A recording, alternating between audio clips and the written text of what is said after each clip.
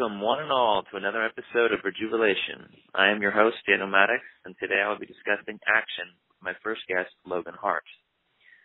So, Logan, would you like to introduce yourself and tell us how you got started on this path? Sure. It's definitely been a long process. I was raised very religious starting out, and then around the age of reason, 18, 19 years old, I started feeling kind of unenthusiastic about it. I wasn't resonating with it like I was before.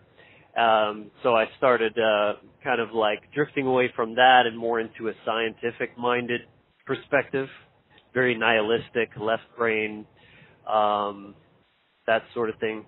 And then I sort of started balancing out from there, kind of opening up to more New Age type concepts, and then also studying like conspiracy theories and things like that, which at least got me my first exposure to what the occult is or what it can be when used in a negative way.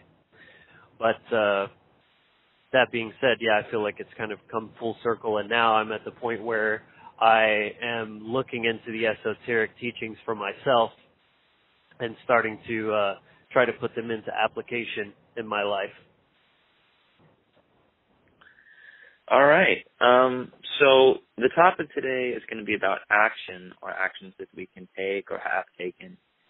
And so I'd just like to get your take on what actions that you have taken personally, or those that you want to take in the future, which you think will align you best with truth, love, and freedom.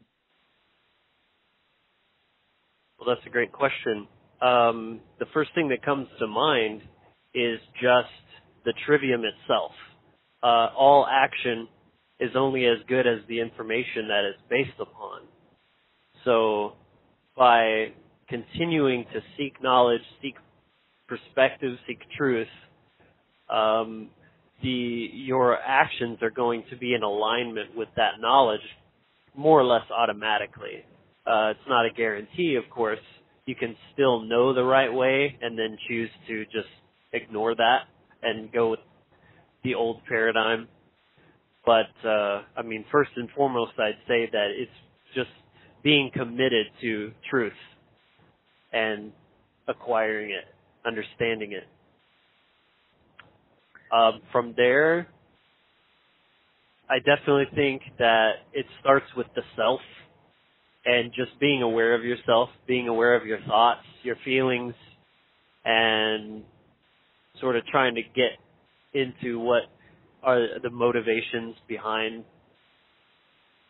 what's going through your head at any given time. Where's this coming from? What's it rooted in? And does it serve me? Absolutely. I feel exactly the same. I couldn't agree more. So, for me, everything that you said really resonates with me, and I agree. And actions that I have taken, mostly, I've started many YouTube channels before, and I've really tried to get these things out there, depending on what stage of awareness I was in. Usually it was just totally anti-government or totally anti-authority, and I wasn't really aware of the esoteric or even the exoteric truths out there, or what they passed as truths for the exoteric versions of it. Absolutely. And so what I have done that has helped me most in aligning with truth, love, and freedom is really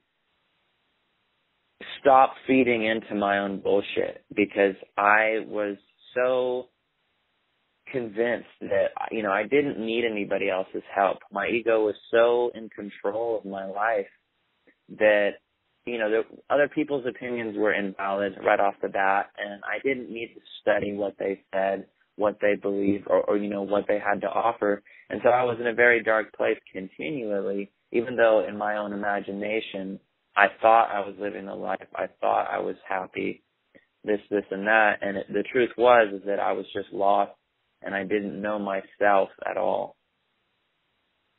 Right on. And that comes back to what I just see as essentially dogmatic thinking, which finds itself manifesting in a lot of ways that you don't always expect. I mean, when you first just hear that word initially, dogma, usually you're probably just going to think of religion, which definitely does have that characteristic oftentimes, but it really boils down to being rigid in your thoughts and your beliefs and being unwilling to be fluid and shift according to new perspectives, weeding out logical inconsistencies and all that sort of thing, rather than being attached to your own perspective. Yeah, that's definitely one of the actions that has been most beneficial in my life, is getting rid of inconsistencies and really doing the work. And for me, that's meant a lot of different things, but mostly it's meant studying other people's works and lowering my shields and my guards for what I consider to be possible, because I've always been, of the opinion that the world was a lie and grown-ups were all in on it, and that was very destructive for me in my youth, because I pretty much hated anybody that was an adult for what I perceived to be their helping our own destruction, being agents of our own doom by either refusing to see what was happening in the world or by actually actively helping it happen. And so, right. It's been a long road for me. And so the next question that I'd like to ask is, what do you see as the most important action for those seeking truth, love and freedom in their own lives? Like, where you see the mass of humanity now, what would you say to them if you could have just a few pointers in regards to how you've awoken as well?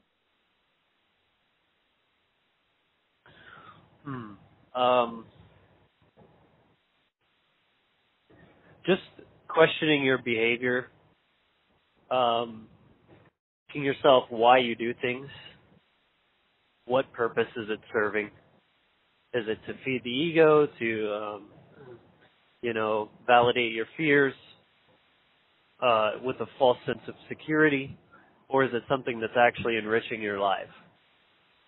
And to me, the fundamental principle about living a life of freedom is to be freedom itself, rather than fighting for this freedom that so many protesters / activists tend to go for.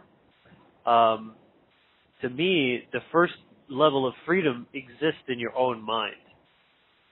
So you can really liberate your own self without having to go to a march or a protest or something, just by changing your behavior to live more free, and then, of course, modeling that to other people.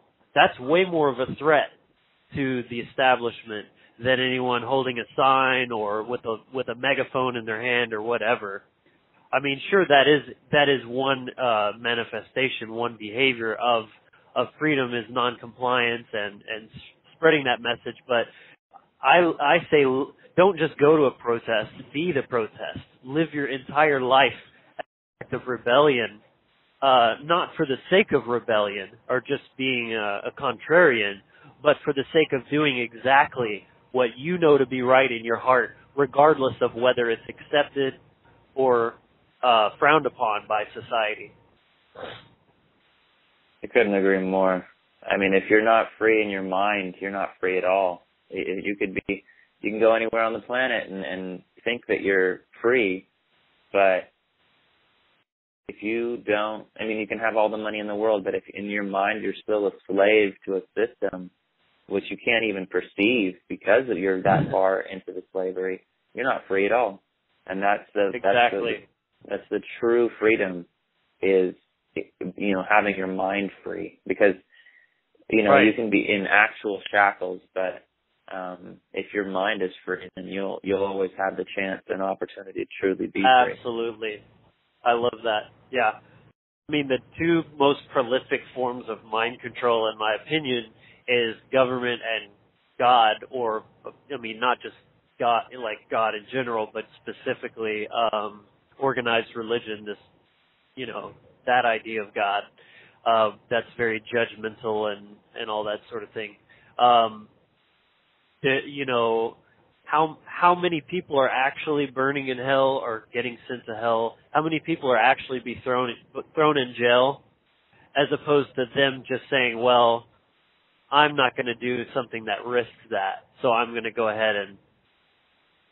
So they're by that measure they're enslaving themselves. They're being their own keeper because they're not actually rendering these consequences that would prevent them from a certain behavior. They're just stopping before they even get close to that line. So that's what really is keeping them in control, is themselves and their fear of what might happen. And that's why they use fear to control us. That's the only way they can control us. So as soon as you become fearless, you're free, and there's really nothing else they can do. They can, sure, they can harm you physically, imprison you, things like that. But like you said yourself, if your mind is free, those things don't even matter. Yeah. This is one of the most critical actions to take, in my view, is to overcome your fear. And that, some may argue if that's even an action, it's a spiritual, emotional, mental exercise that you take, but it takes repetition. It takes you coming to the point where you say and know that, listen, this fear isn't real. It's just a control mechanism. And as long as I'm in fear, there will be no real change, because it's a shackle that you don't see.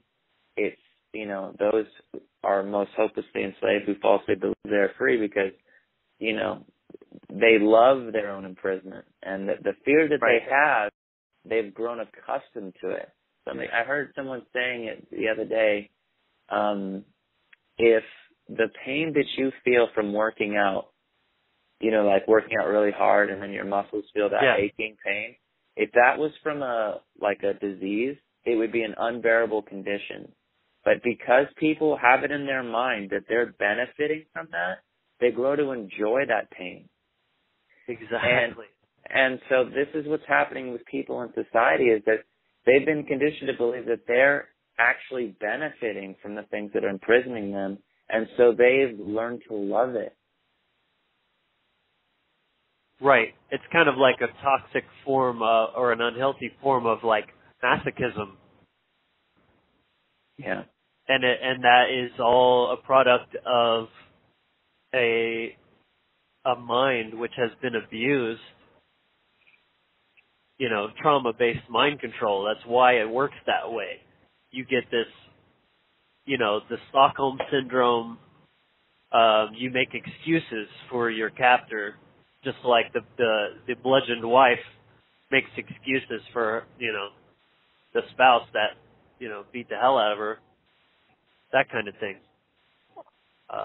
If you start kind of applying that perspective to the various aspects of especially statism and the very religiously dogmatic, I think the parallels are unmistakable.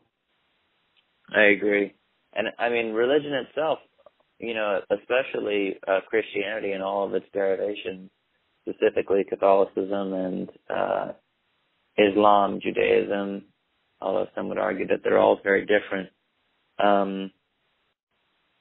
In so much of what they write, it compels one to believe that we are a fallen race, that we are a totally broken species already, which we're under, the assumption right off the bat. Gaslighting.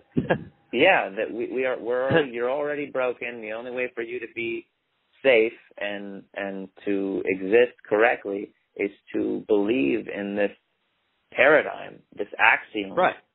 And that's a perfect example of what I was just talking about again, with the abusive husband, tells his wife, you know, you're nothing without me. You wouldn't last 5 minutes out there on your own. You need me.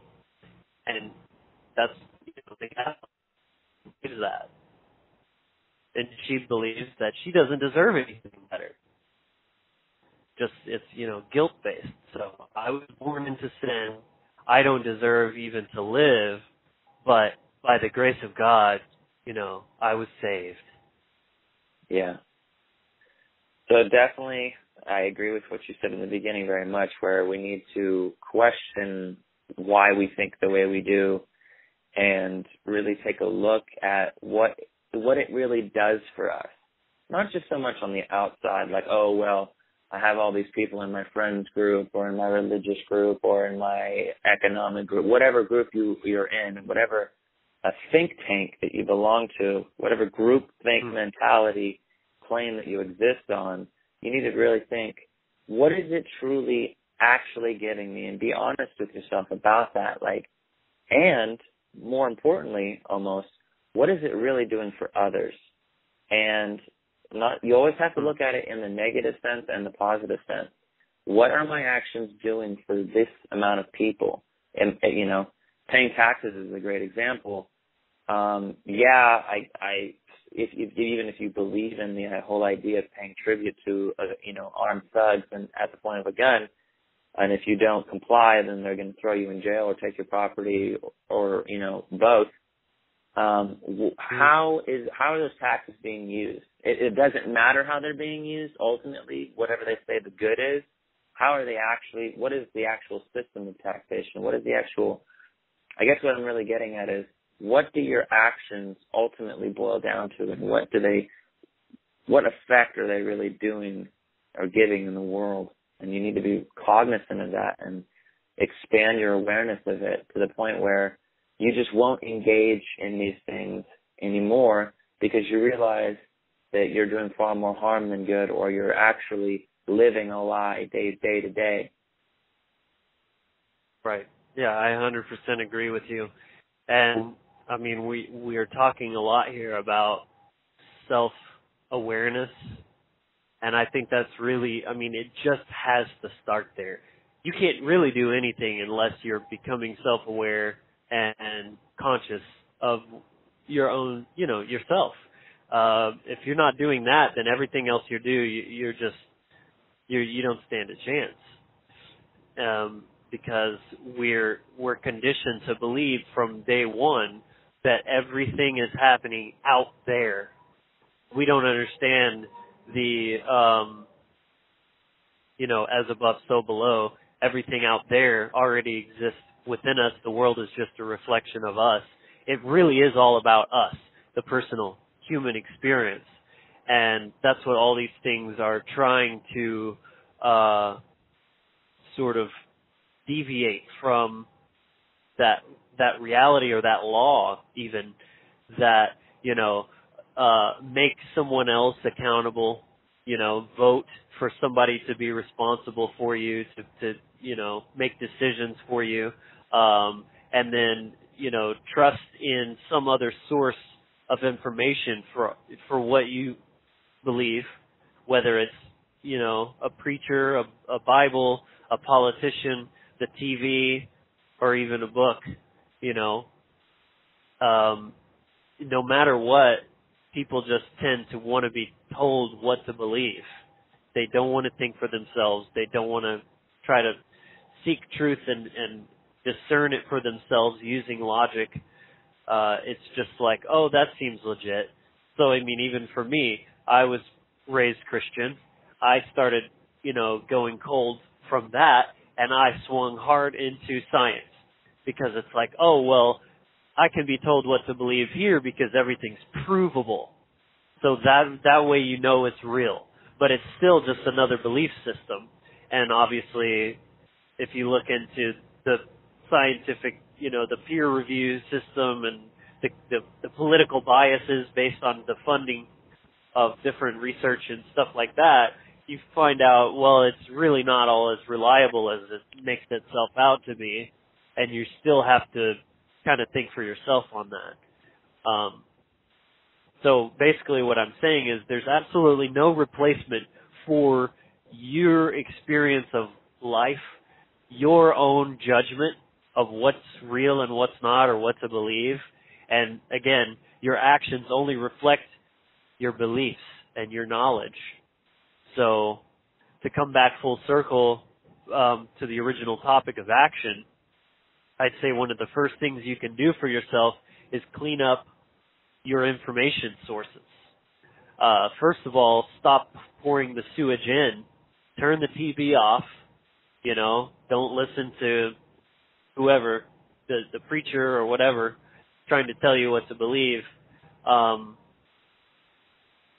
You know, I'd say it's fine to seek knowledge and information externally, but as long as it's from a very wide range of sources and you're studying both sides of any given perspective so that you understand the positive and the negative about it, and then sit with that information and feel your way through it. You're going to know if something doesn't make sense. You're looking for inconsistencies or something that just feels wrong. I mean, there's plenty of things you can justify logically, but morally we know is wrong. For example, you know, like abortion or something like that. Well, impoverished families and the kids better off and this or that. Well, yeah, but you're still taking a life. There's no way around that. Just for example. Absolutely. Great points. Great points.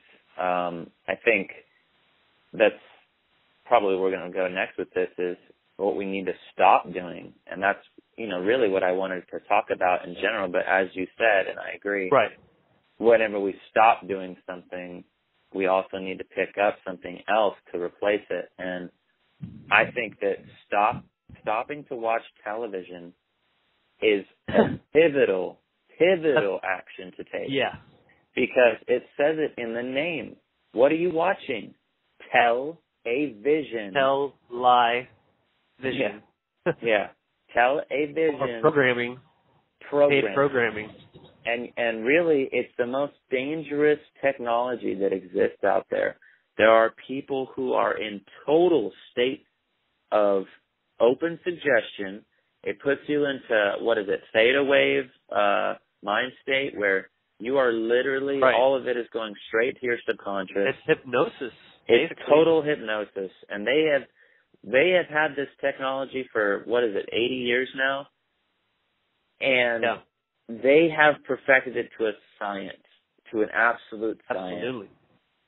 And these corporations that make these programs and that make these commercials, they don't give a damn.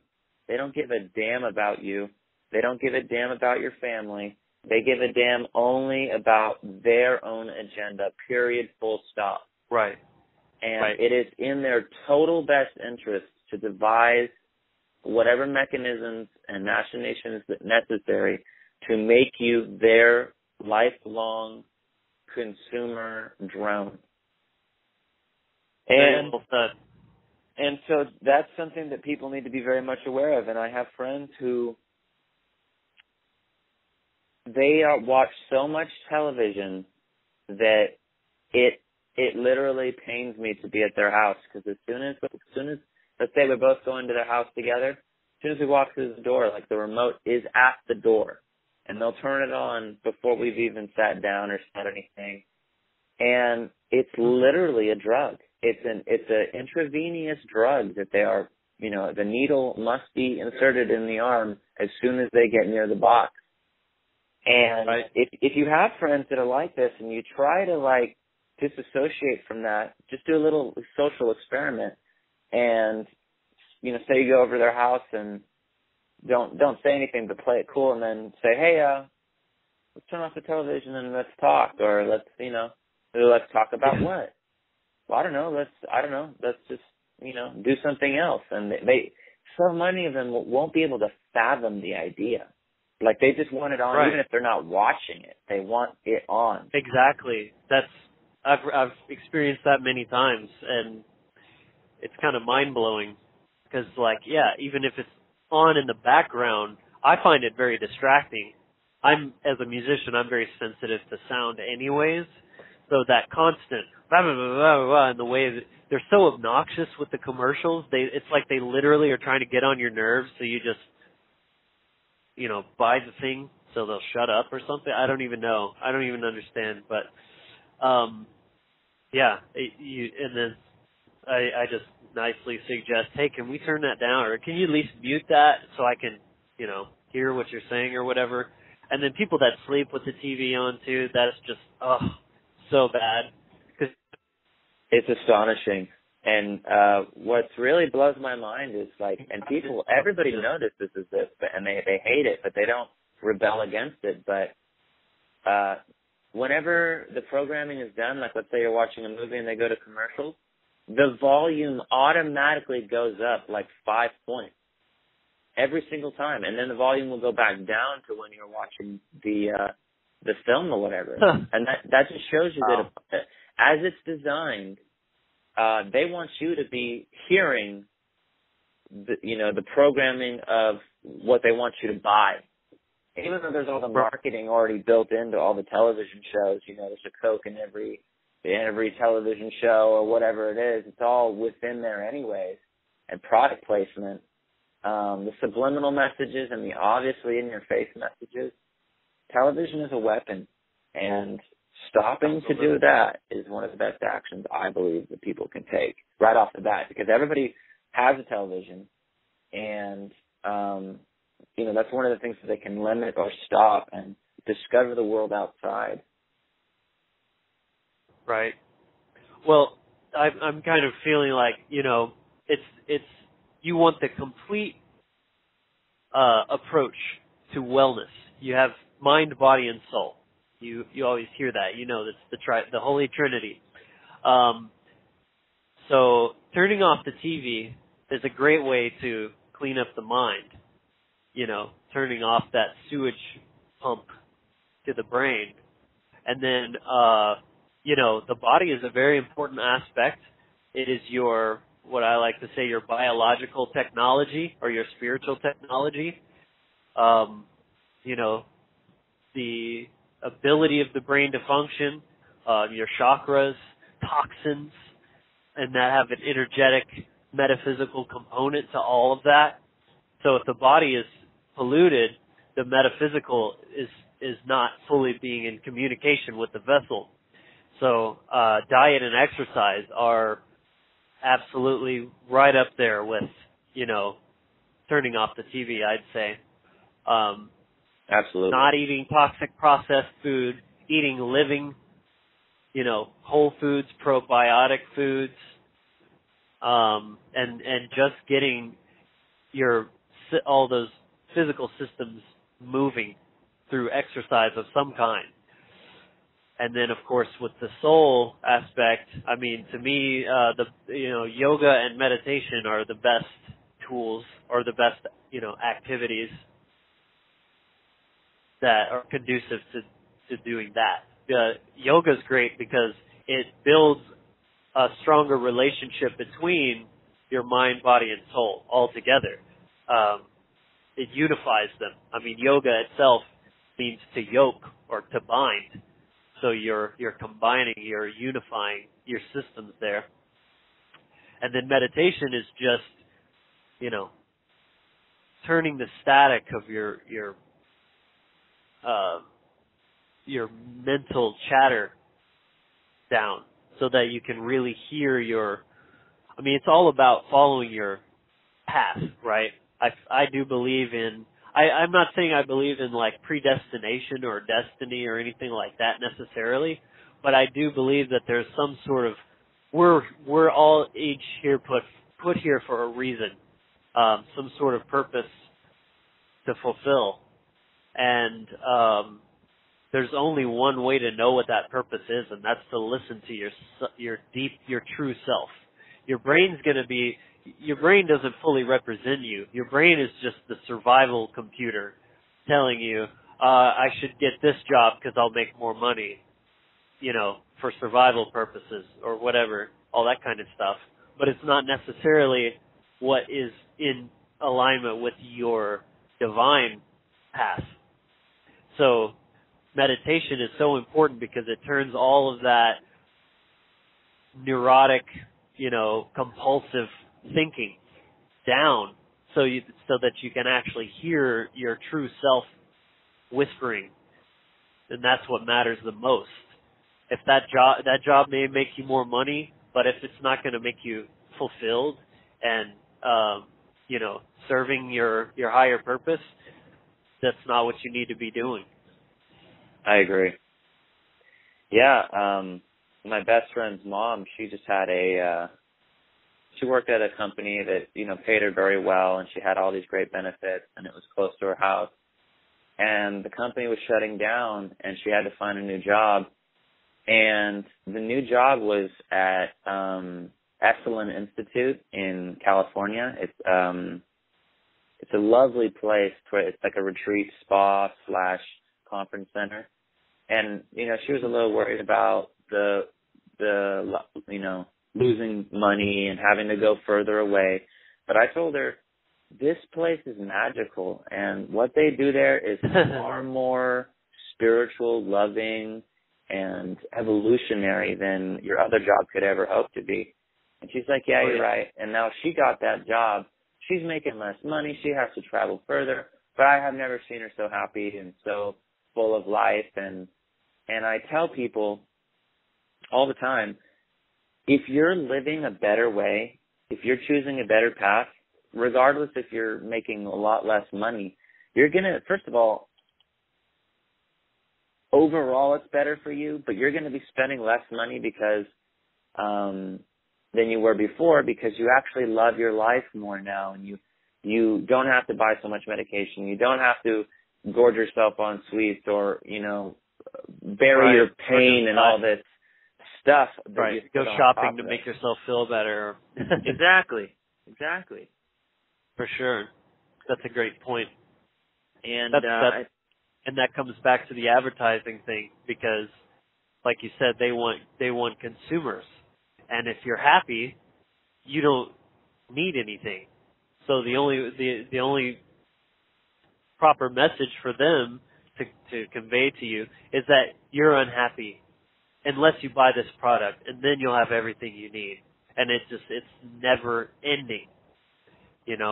Be seen, be noticed, be important, be something. You're not desirable now, but all you have to do is buy this product, and everyone will want you or want to be you. It's so preposterous. To the logical mind, it doesn't make any sense. It's like, well, that's silly. But they're conveying that message over and over and over and over again, subliminally. Your conscious mind isn't catching it, but it's just making that imprint deeper and deeper onto your subconscious that's having an effect on us. Absolutely. I mean, I still believe to this day that the most destructive advocate of this technology, this mind manipulation, was Edward Bernays. He started with the cigarette industry by getting women to feel as though when they smoked cigarettes, they were being independent. They were, sticking it to the man. And this tripled the size of the cigarette industry from the 1920s, 30s on, when he first, gave them this advertising technology. And from then on, it just spread to every other industry. And it basically... Wasn't that like Freud's nephew or his grandson or something like that? I believe they have a connection. I'm not sure exactly what it is, but yeah, he used Freud's ideas, and he basically expounded them, made them bigger and bigger. Yeah, weaponized them, exactly. And it's insane, and you're absolutely right. And I was reading something the other day saying that, Americans were generally happy with being in their own family groups. They didn't want to stick out. They only needed a certain amount of money for the certain amount of life necessities and a little bit of leisure time. Other than that, they didn't have any need for more money. And the advertising companies, through Edward Bernays' work and others, made people believe, just as you had just said, that people are to feel incomplete without more money being spent, more. And so or now, products, more gadgets. Yeah. We've been in this system for so long now that people, it's a self-fulfilling prophecy, and it's almost become like the default mode for society at large to feel hopelessly inadequate and lost and in need of something to spend money on to feel complete. And of course, it won't do that, and it's just a repetitive cycle that gets nowhere. Yes. Because again, it's all about you. And there's everything you have is everything you need is already inside you. And I think George Carlin best stated it when he said trying to buy happiness is like trying to satisfy hunger by taping sandwiches all over your body. Exactly. I couldn't agree with that statement more. So, next, is there another topic that you'd like to breach or talk about with me? Any questions that you have for me?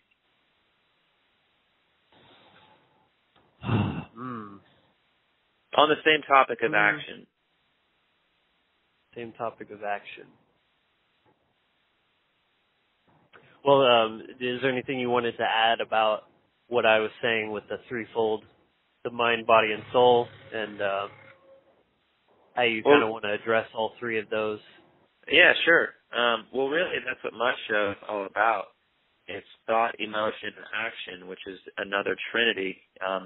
Thought being the masculine, emotion being the feminine, and then actions being the marriage of both of them, or you could say that as my soul essence.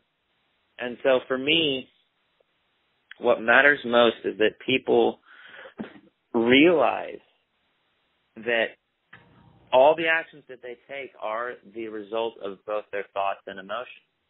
And for me, exactly. You can act on only one of those paradigms, only one of those elements. For instance, if you're in a total, like psychopathic level, left brain, thought only modality, your actions can be based basically on that of a computer. There's no emotion involved. You're just doing everything completely logically. And that is what the true Terminator represents. It represents a being. Yes, it's the machine consciousness. It's totally devoid of emotion. It's only, getting from point A to point B with nothing else considered. And then there's the right brain imbalance, where you're totally running on emotions. Logic doesn't matter. It's just about how you feel about it. And either one of these is highly destructive. And so for the Trinity to be truly complete, your thoughts and emotions have to be in a balanced state. Absolutely. And for this to happen, you need to work on both hemispheres of your brain, the right brain being the emotional side and the left brain being the logical side. And once you get a true balance, then your actions will be in correct form.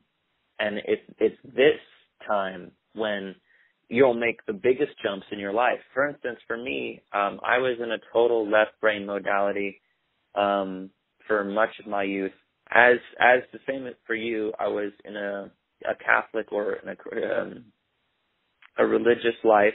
My parents didn't push it on me, but I was a heavy seeker of truth throughout my whole life. So I would just jump into whatever web of people, claiming to have truth and really snuff it out. And at the age of 13, I realized that there wasn't much to this exoteric religion, and it really wasn't true. And so I totally went to the left brain modality, much the same as you. Funny. Yeah, I think that's what a lot of people... It's just kind of a natural tendency, yeah. Yeah, because But oftentimes people just sort of stop there. It's like the pendulum just swings once. They feel burned by how they were brought up, so they're just like, I just want to go as far away from that as I can. Even Mark Passio said that's kind of how he ended up on the Satanist sort of side of the spectrum. It was just all about rebellion. Just like, well, I don't want that, so I'm going to go completely the other opposite direction. And that's the principle of rhythm. You know, that's we experience one thing in one heavy angle, and then we rotate all the way to the other. And then if we, eventually, if you overcome this, or at least mitigate this principle of rhythm, then you come to the center point, and you just either gently rock back and forth, or you stay there yourself, knowing that both sides you'll find your exist. equilibrium. Yeah. It's like if you pick up a swing and let it go, it's going to swing the other way, and then it's going to come back to you, but it won't be as far. Like, have you ever done that where you hold it right up to your face, and then when you let it go, it comes back and it stops like only inches away from your face? Because it's never going to swing as high each time. So each time it's a little closer to center. Yeah. And it's all from that first central point. Right. I'd like to add something that I sort of discovered fairly recently about this effect, and about the true art of balance, which is an art, is it's not all about neutrality. Being right in the middle, like androgynous, is a inert zone for power. The power lies in the polar, not right in the middle, if that makes sense. So really the trick here is not to be right in the middle or neither, but to be one or the other, depending on the situation that's called for.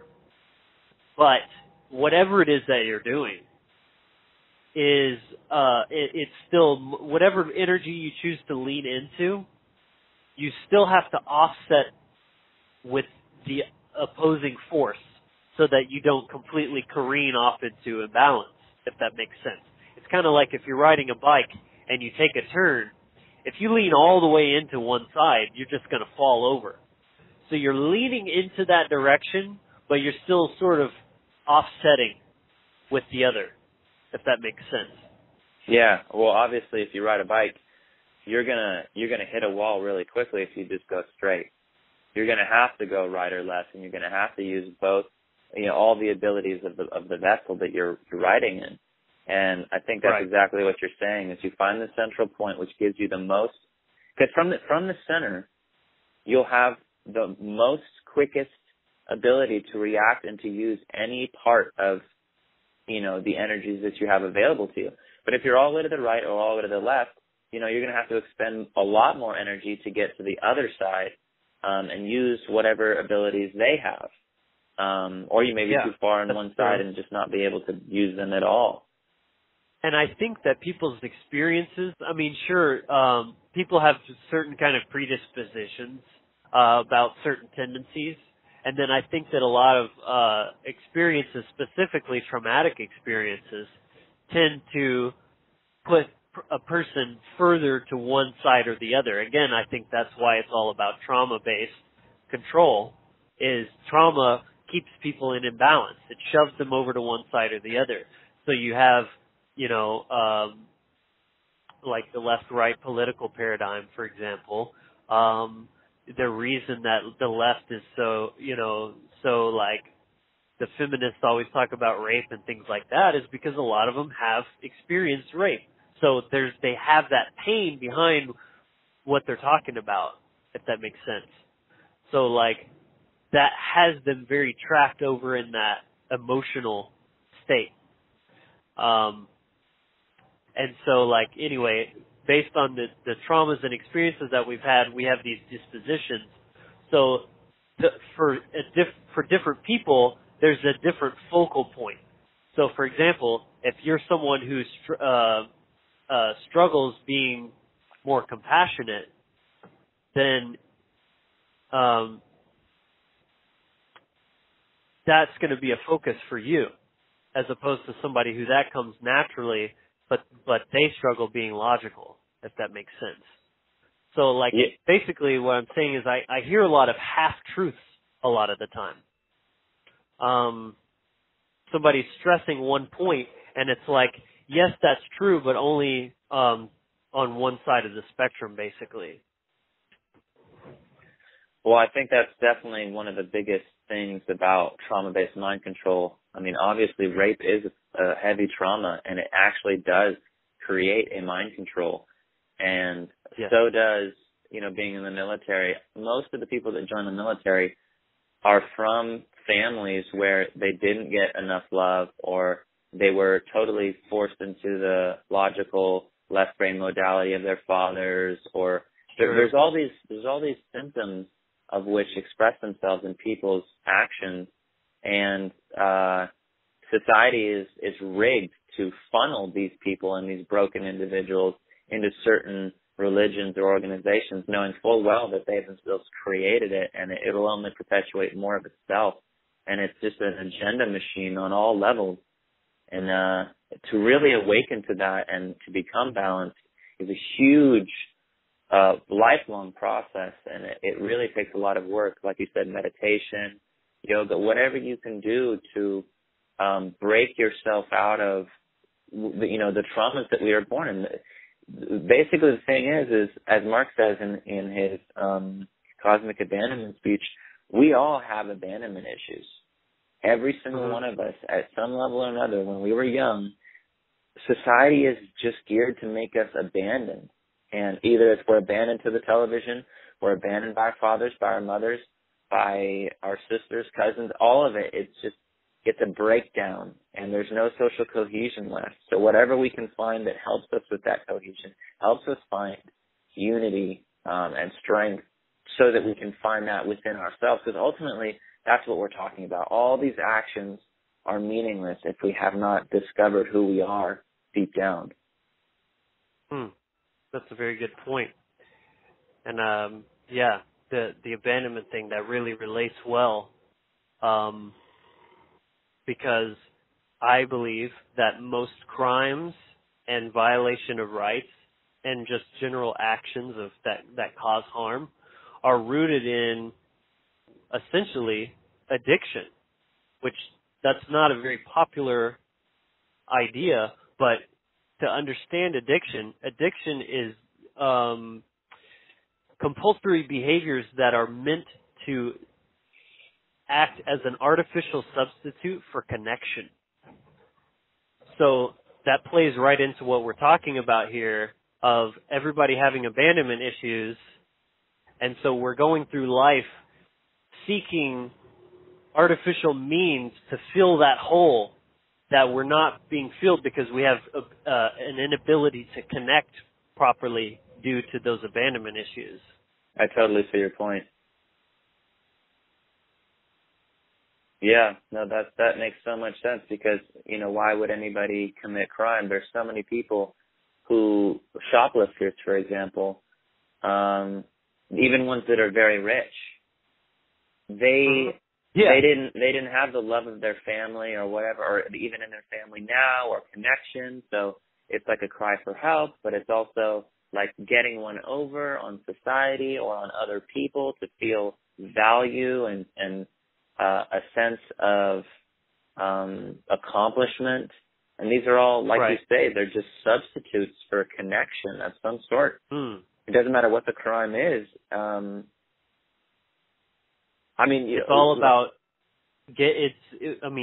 as with any addiction, you can easily understand it first by thinking of drug addiction. That's like the first people think of when you say that word, and everybody knows drugs actually only emulate chemical releases already produced by the brain.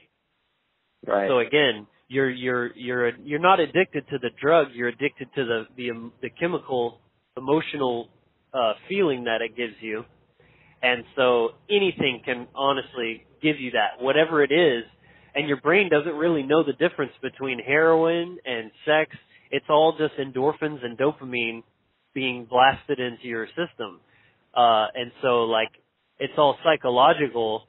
What the brain will gravitate towards, whatever that activity might be, that gives you that high. That is almost like a feeling of being alive, because that trauma has made them so dead inside and emotionally stifled that only doing these activities their compulsive addictive activities is giving them that feeling, whether it's something, completely morbid like torturing an animal or raping someone, that power dynamic thing or whatever, shoplifting, or just being a bully, getting into fights all the time. There's all these things that people do, and it doesn't seem to make any sense. Like, why would someone do that? But it's not logical. It's emotional. Absolutely. And I try to tell people this about overly meditating and being, trying to bliss out, because the left brain imbalance of being too logical is basically becoming a machine, and that becomes a power trip in and of itself. But also on the other side, the right brain imbalance, when you're meditating too much, you're releasing endorphins, and endorphins are really just heroin or opium, or the actual mimicker is morphine, I believe. And so it emulates morphine in the body to get to the point where you just don't care, because you bliss out, you're going totally to the spiritual side, and you're convincing yourself that nothing in this world matters. And so that's an addiction too, and we all need to be very careful no matter what we're doing. If it's being escapism. used as you're being addicted to an escape. Exactly. Wow. Yeah, that's very profound and deep stuff. So, another question that I have here for you, Logan, is considering everything that we face, all the opposition, all the, let's say, the armies of police and military, and the armies of naysayers and people within our own family even who don't agree with us and who are really actually opposed or afraid of what we're doing, what compels you most to act considering all these things? Like what brings you, what gives you this big spurt of will and power? How did that question relate to you were talking about the police and military and things like that? Well, I didn't fully get that. They are in opposition to us. They're the standing armies that we oppose. So I'll answer it for myself, for instance. What compels me to act considering all the opposition that we face is that the truth must be served no matter what. It is the true winning side in this equation at all times. Whether the human race survives or not, the truth will win out. And for me, that's what my whole life path has been about. You said earlier that we may not have destinies or predetermined life paths, but I know that my whole life has just been about seeking the truth, being independent, and going down that rabbit hole no matter where it takes me. And for me, this is just the next big hill to overcome. And there, fear, it really took a huge hold on my life about a year ago, and I had it for about 2 years, from the last 3 years.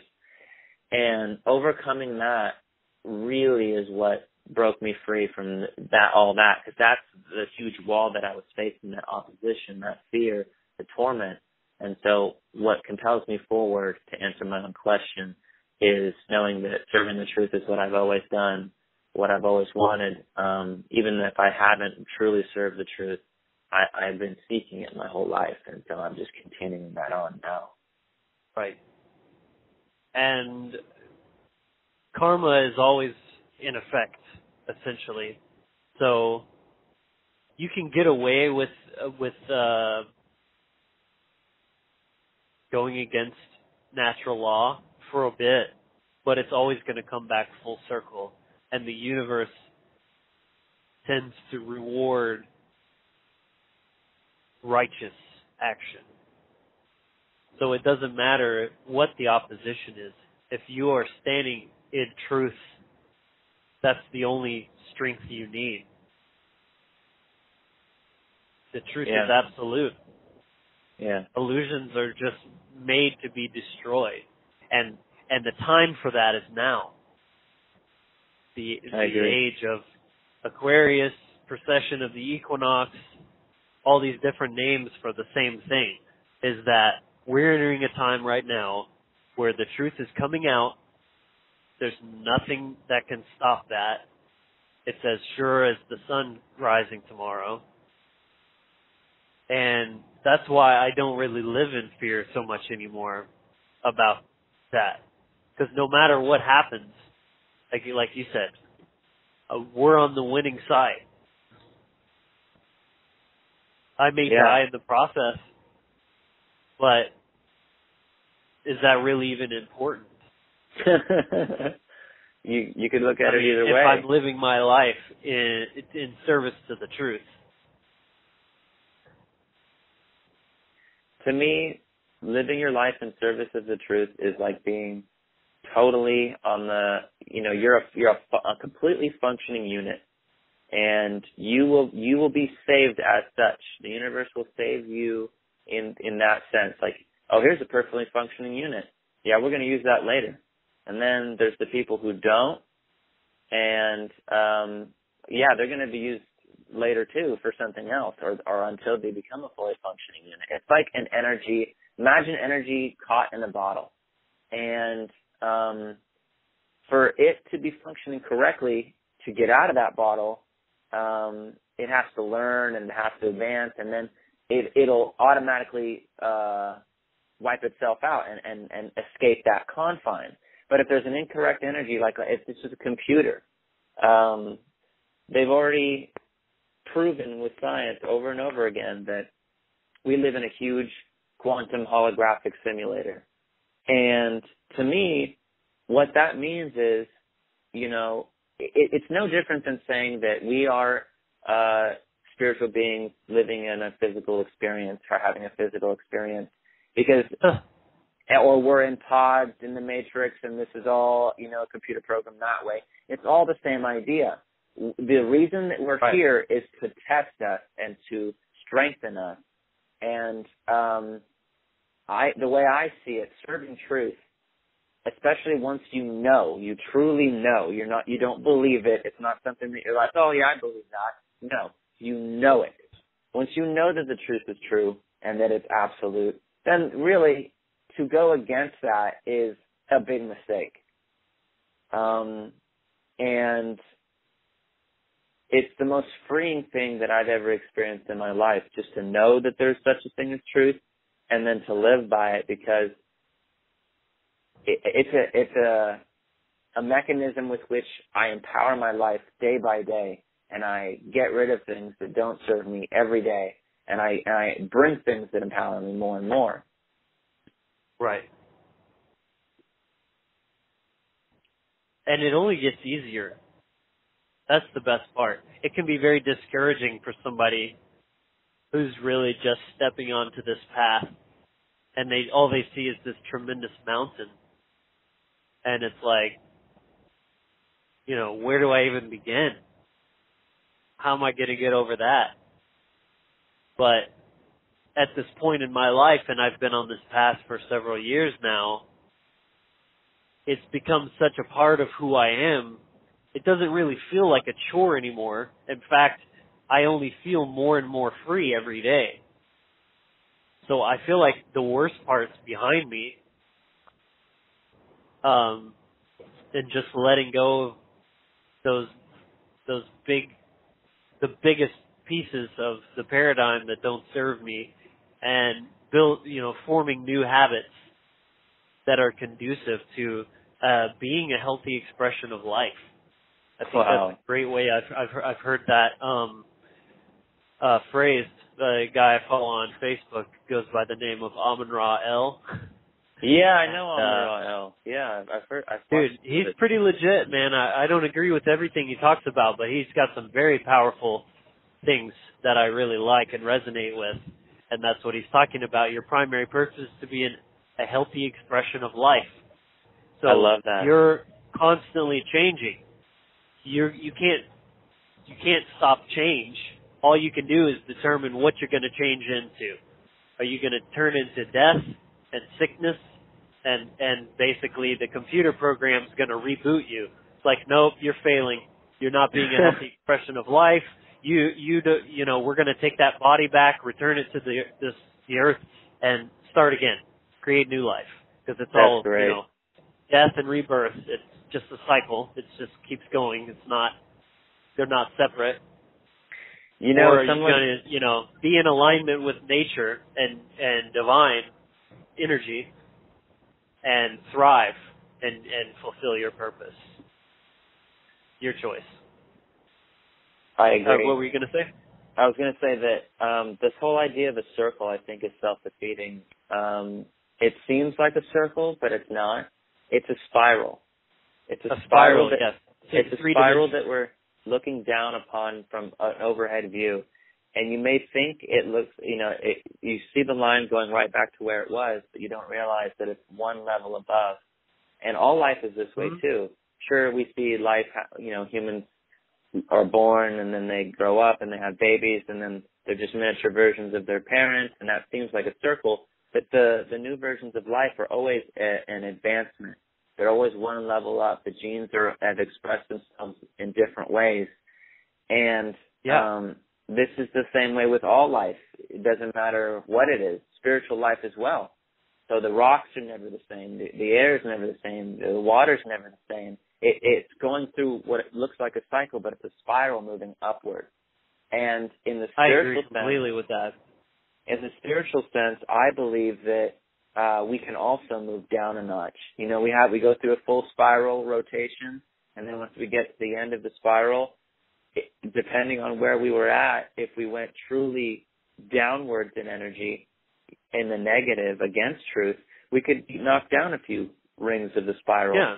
And then we have it's like the law of momentum. You've got all these factors that are working against you now because you've let them gain momentum. You know what I mean? Yeah. And that's what's the hardest part, is just to change direction.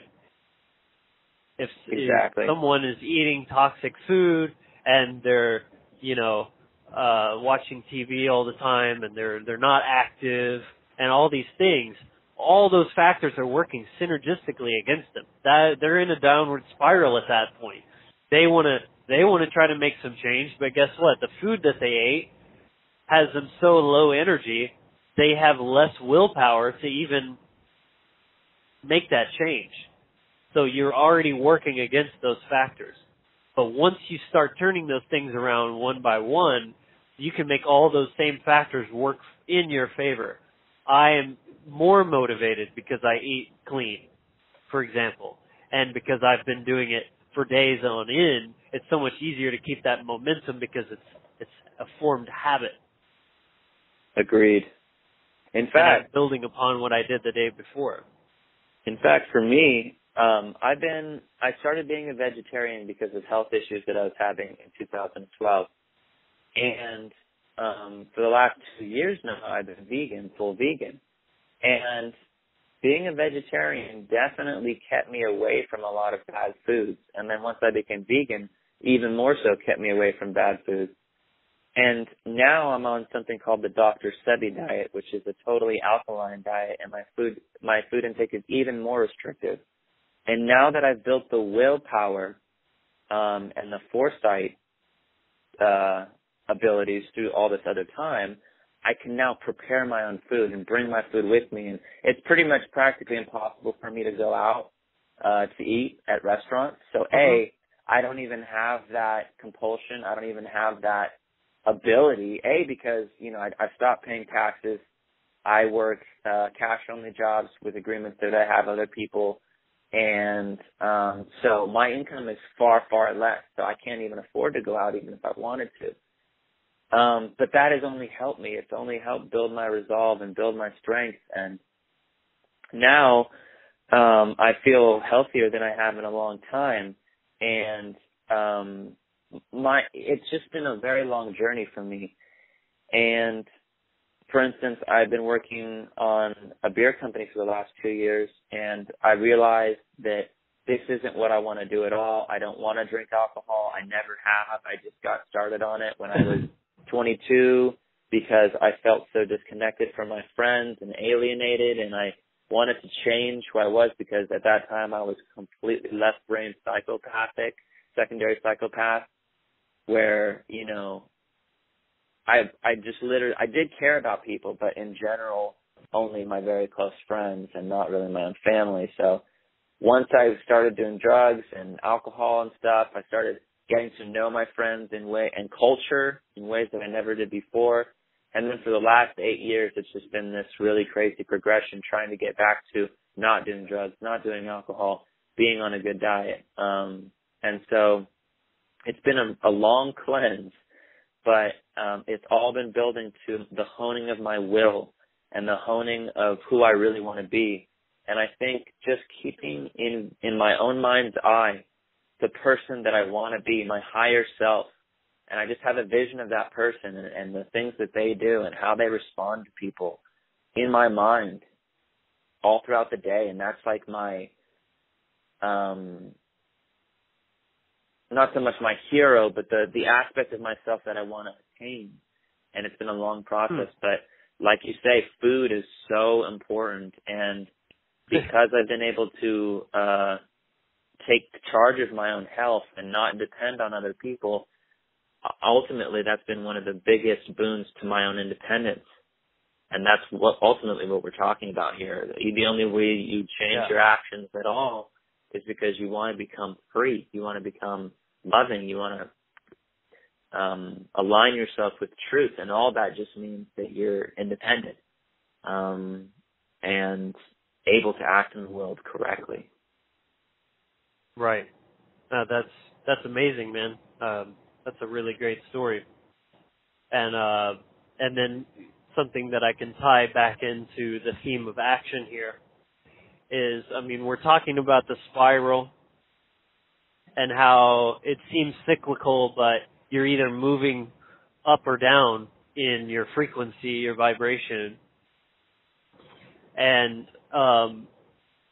you know, that seems so daunting to someone who is just starting to come out of unplug from the matrix, basically. And, again, that's why I think that your daily activities is what it really boils down to.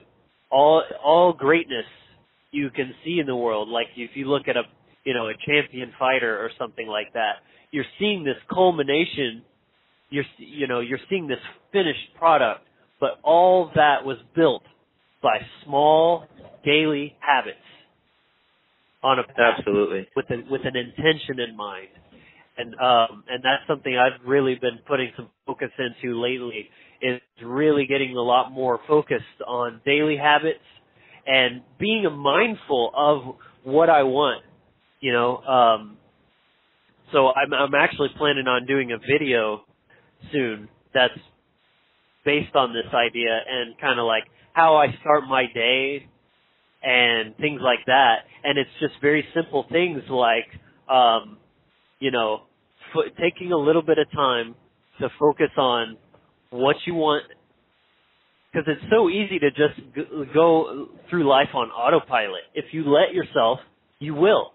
If you don't, you're unconscious until you're conscious.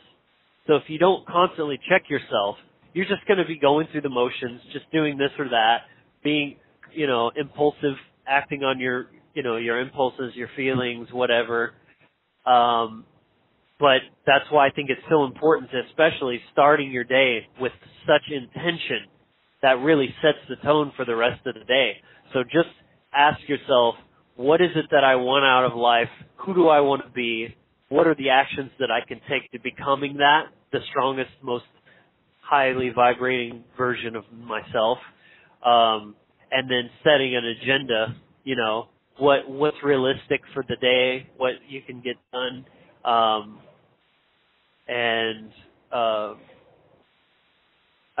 Of course, like doing some yoga kind of jump starts the body.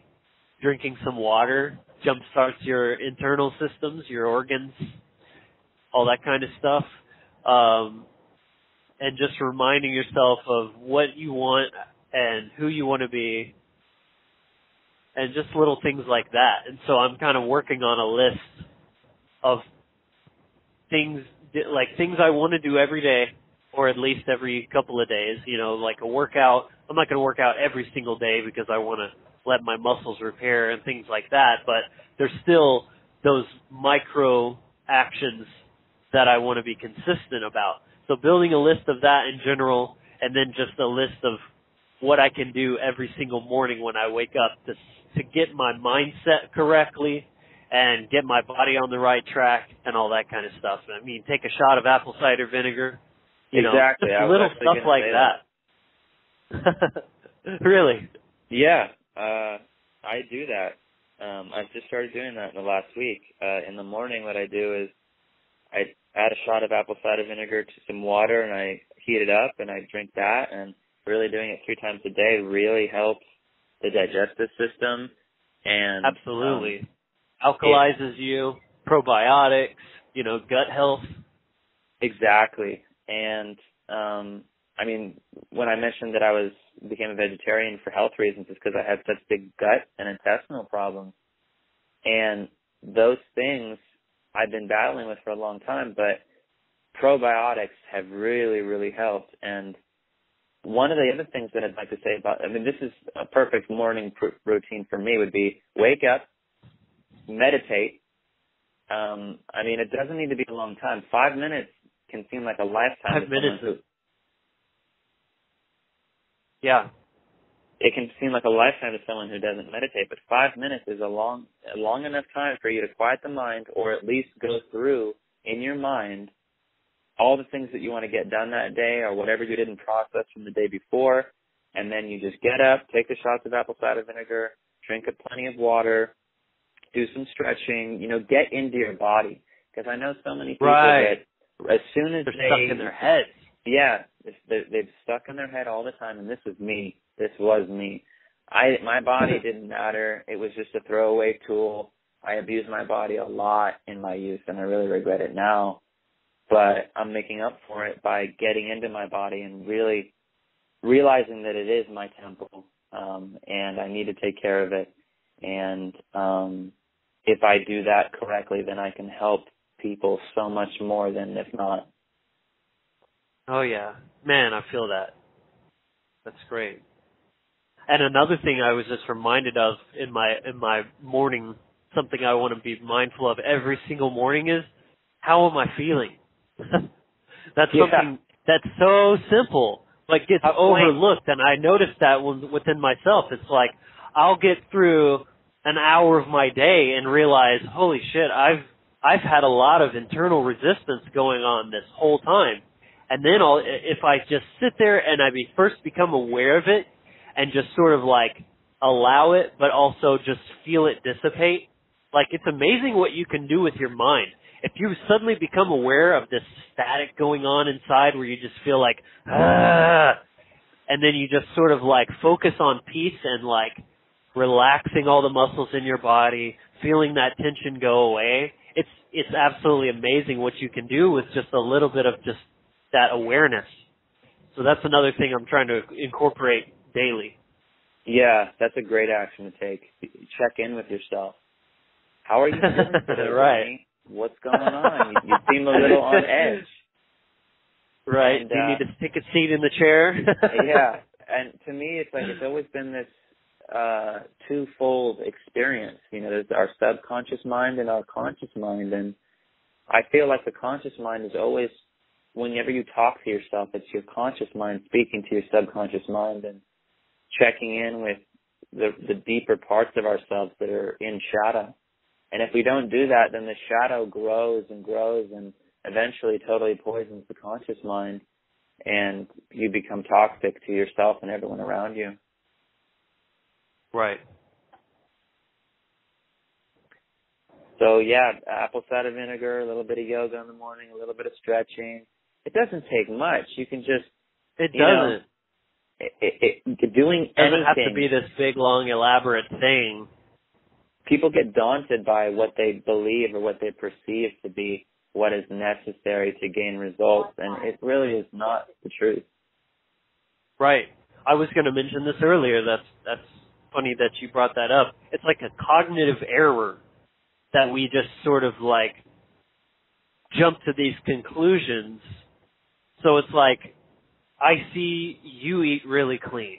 I eat like crap, you know. I eat, you know, TV dinners and mac and cheese and whatever, you know, Kraft dinner, all that kind of stuff.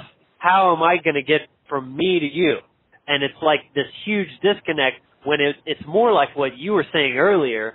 It comes in phases, and you have to take it in baby steps. First you became vegetarian, then you became vegan, then you're now on this even more restrictive diet, and each phase before built the fortitude and the strength and willpower required to take it to the next level. And that's how you have to approach that. You can't just think, well, I'll never be able to do that. You just throw up your hands and give up and just go back to your Kraft dinner. Yeah, absolutely. Rome wasn't built in a day. Nothing worth building or making or contributing to was just a snap of the fingers away. You have to chip away at it, you know? It's like Michelangelo said, yeah. I just took away one piece at a time to uncover what was already there. And really, all the greatest parts of ourselves are there, and the bad parts too. But it's absolutely just what we work on every day, like you were saying. What we focus on, what we feed. Yeah, and that brings me to the parable of the chief and his son, and the chief is telling his son about there being a two dark wolves. Yeah, the two wolves, and one is evil and one is good, and they're in an eternal battle. And then the little boy asks, you know, Grandpa or Dad, which one wins? And then the old man smiles and says, the one you feed. So that's totally and absolutely true. If you want this world to change, you're going to have to feed the truth. You're going to have to feed the essence of good and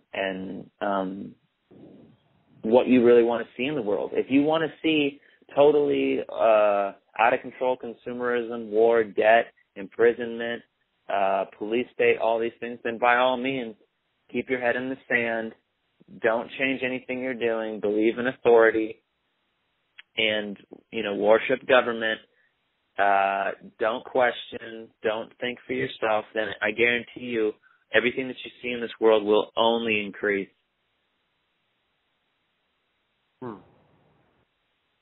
Right. So, by doing nothing, you might as well be helping them.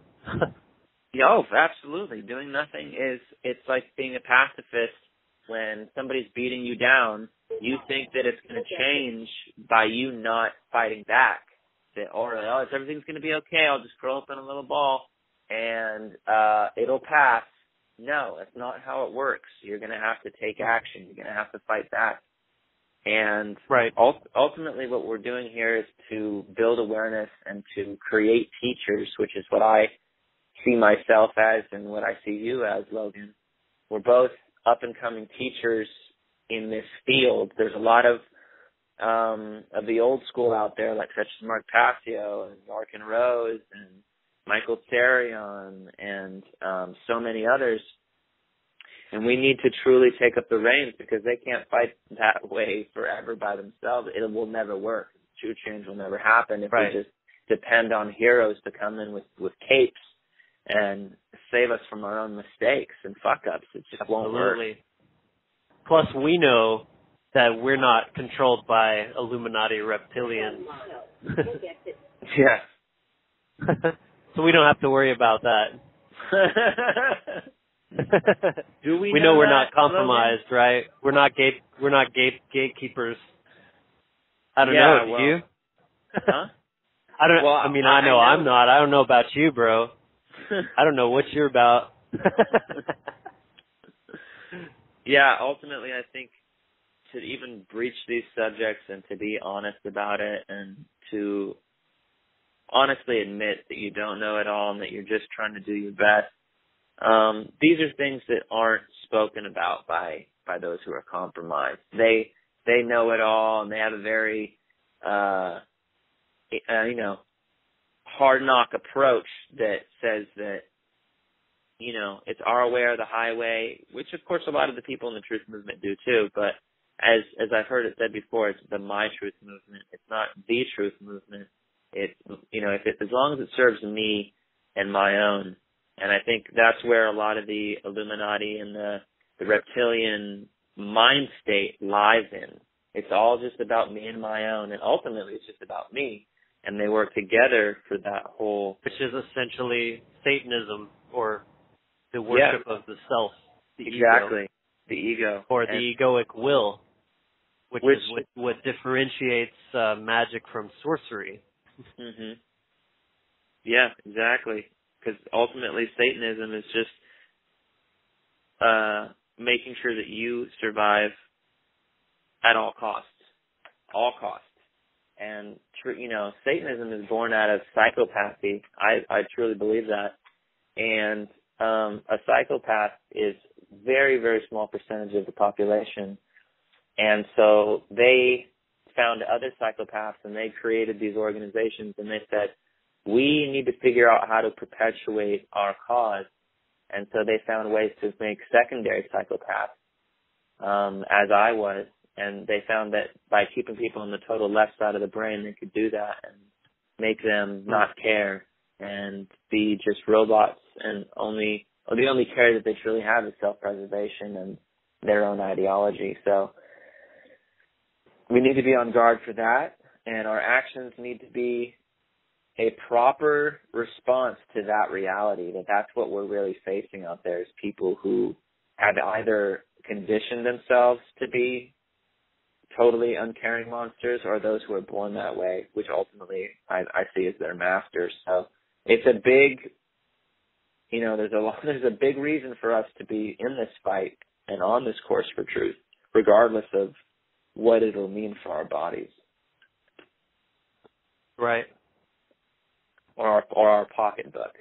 Either way, it doesn't matter. The truth is absolute, and it's more important ultimately than anything that we experience within this matrix.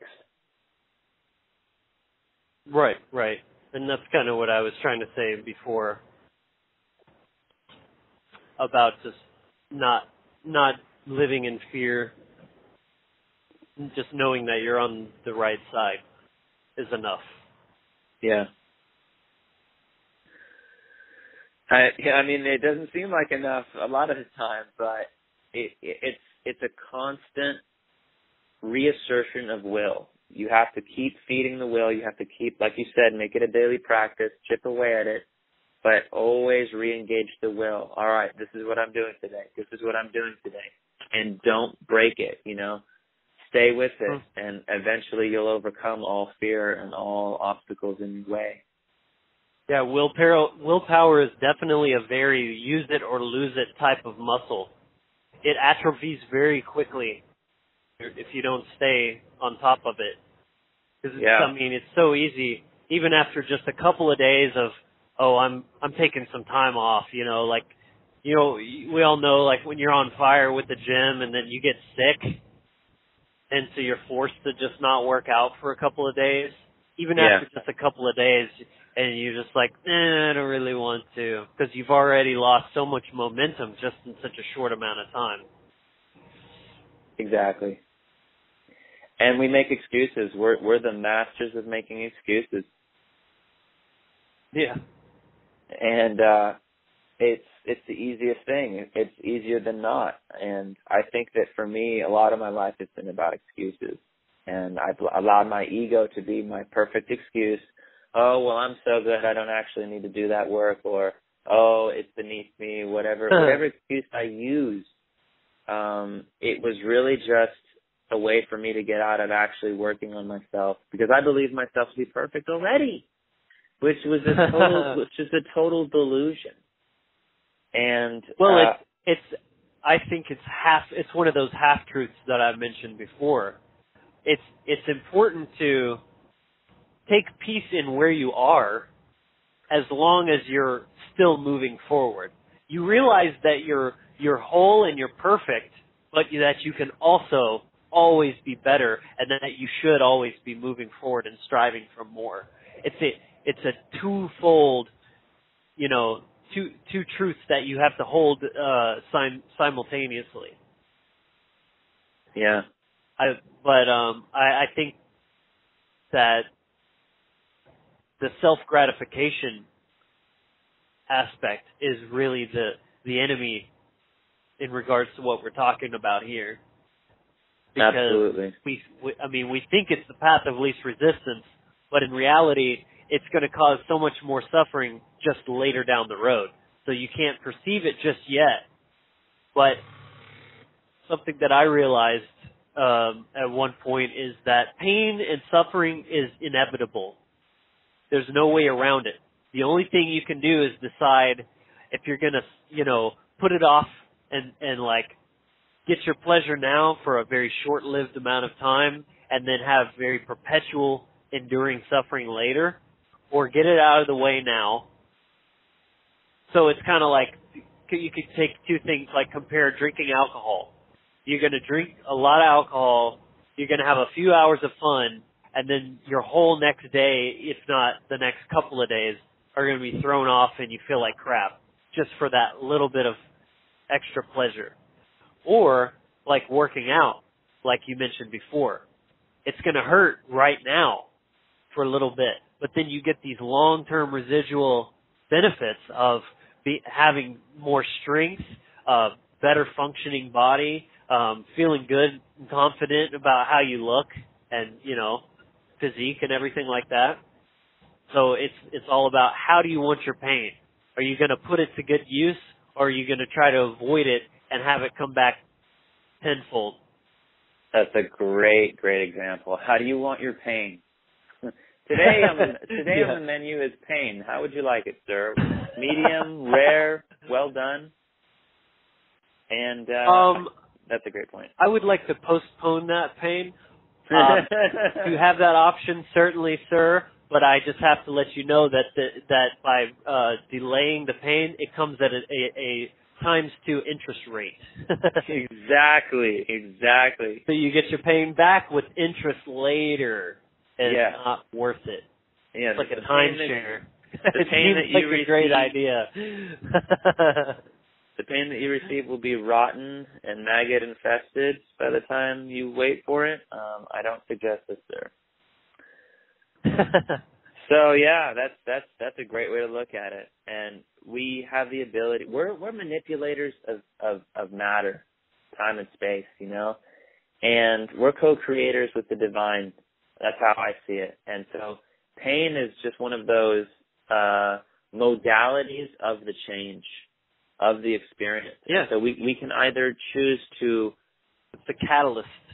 We can either choose to morph it to our benefit and to our enjoyment, or we can choose to let it do what it wants with us and not do it consciously, and it'll be a painful process even more so. Absolutely. And I've heard it said that you can feel the pain without suffering. And that's a really interesting idea, too. Because, again, if the pain is inevitable, it's what's more painful, the pain itself or the resistance to the pain? Oh, why is this happening? How, I don't want to feel this, blah, blah, blah. But just accepting it, and like you said, you can even learn to love it. Well, look at how because much you know what language. It means. It's that feeling of satisfaction, because when you feel that soreness in your muscles, you're like, that means I'm going to be stronger tomorrow.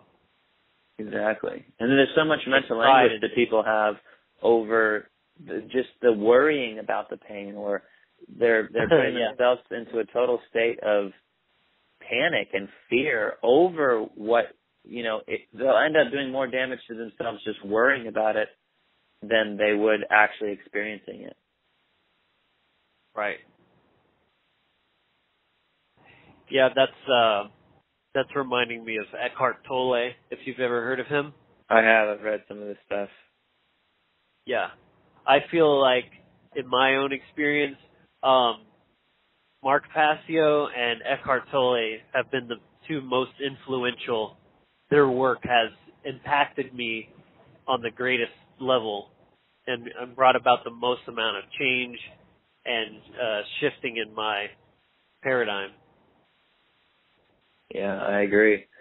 At least on the Mark Passio front, he's definitely changed my worldview, and I mean, he's the one that helped me most get out of the fear and really changed my life for the better. I mean, his latest call for help for getting people to go to Philadelphia with him. I don't know if you heard that cry for help, or that asking for help for volunteers. I said I would, and I learned a little bit about the program that he wanted, but now it's a little more complicated and he wants more help, so it doesn't look like I'll be able to help him. But, you know, this is what spurred me to action. It's his passion and his knowledge. And when you find someone like that, it's best to really dig deep. And as the Buddha says, there's two mistakes anyone can make on the path to truth: not starting and not going all the way. And I feel like I'm really going all the way, and that's been like my life's purpose, is just going all the way. And I made a lot of mistakes along the way. I've grafted myself onto people who ultimately didn't serve me and were actually working for the globalists, such as Ray Kurzweil. You know, like I was really nano machines.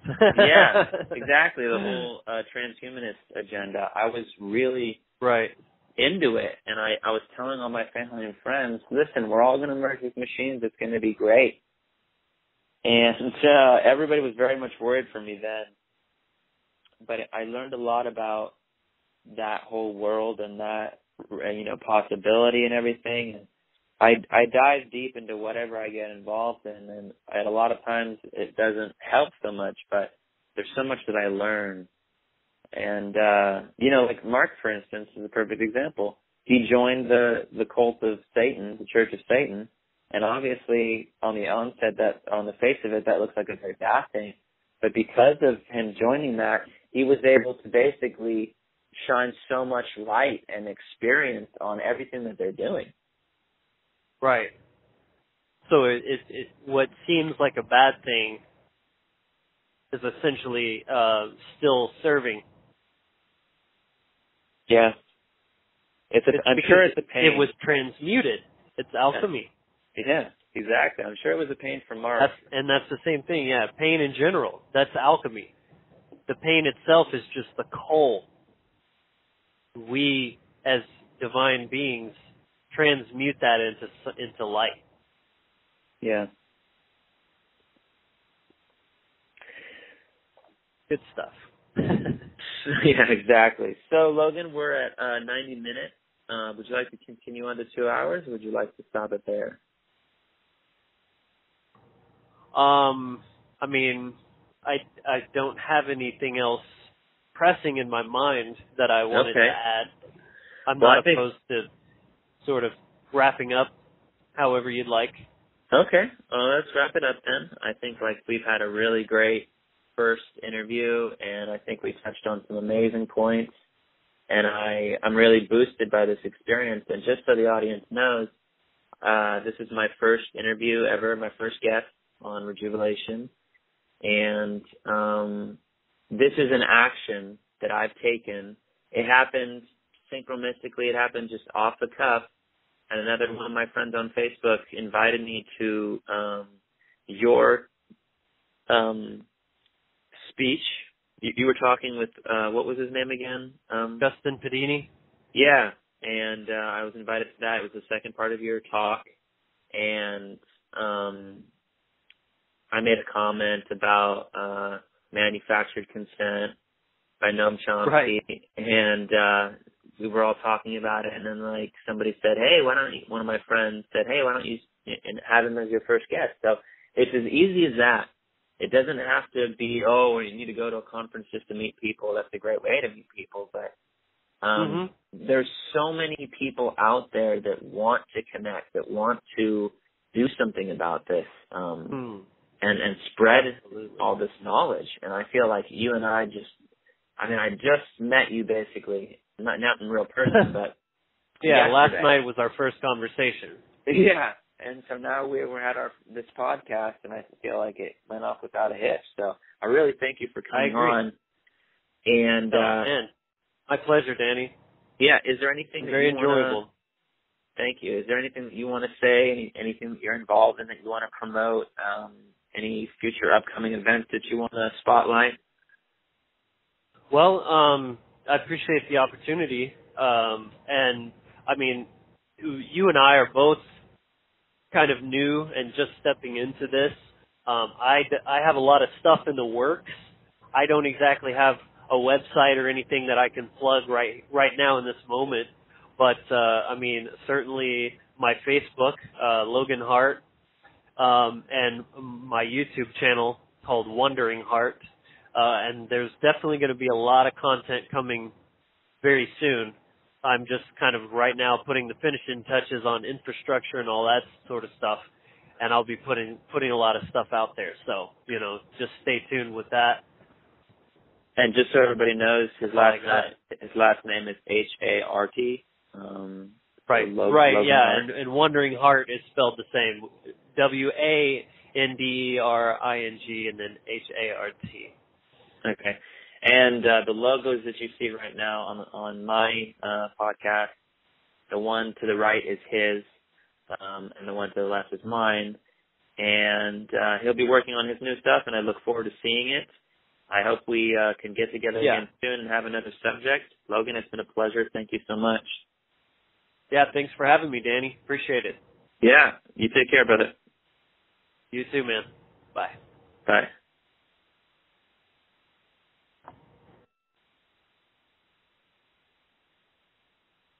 All right, there he goes.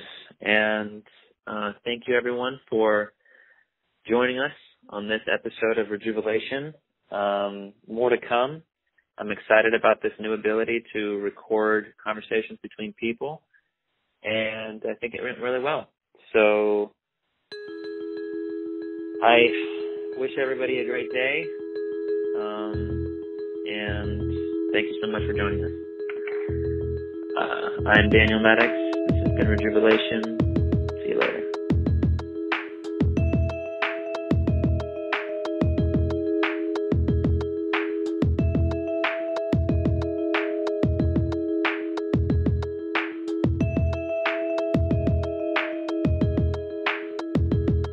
Just a minute, I know that it'll surface, so let me just hang out for the night. It serves a purpose. It lets me take a break, and I might not think it's worthless. In the morning I can fight it. In the morning I'll rewrite it. Shh, I don't wanna talk right now. Got enough to think about. Hits in the clouds.